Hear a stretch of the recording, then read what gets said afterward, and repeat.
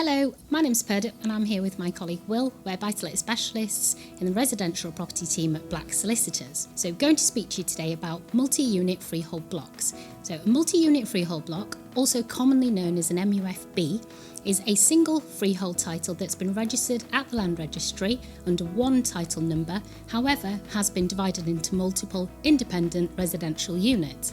So unlike HMOs, which have shared facilities, MUFBs do not have shared facilities, so they have their own entrance, kitchen and their own bathroom because they are fully self-contained units. Now the point to note with an MUFB is that if you have a tenant within one of these properties, each tenant must have their own assured short-hold tenancy agreement in place.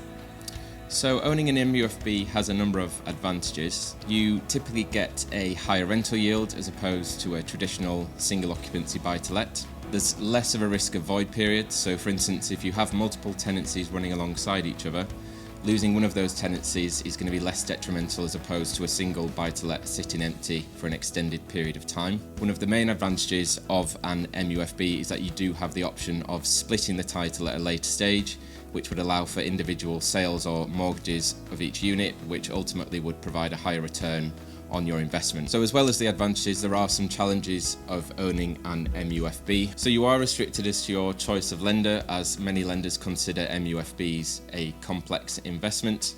If you buy a building with the intention of converting it into an MUFB, you will require planning permission and building control sign-off, which can be time-consuming and costly. And finally, you have more regulatory requirements to contend with. So if you imagine you have multiple dwellings in one building, that's multiple safety checks.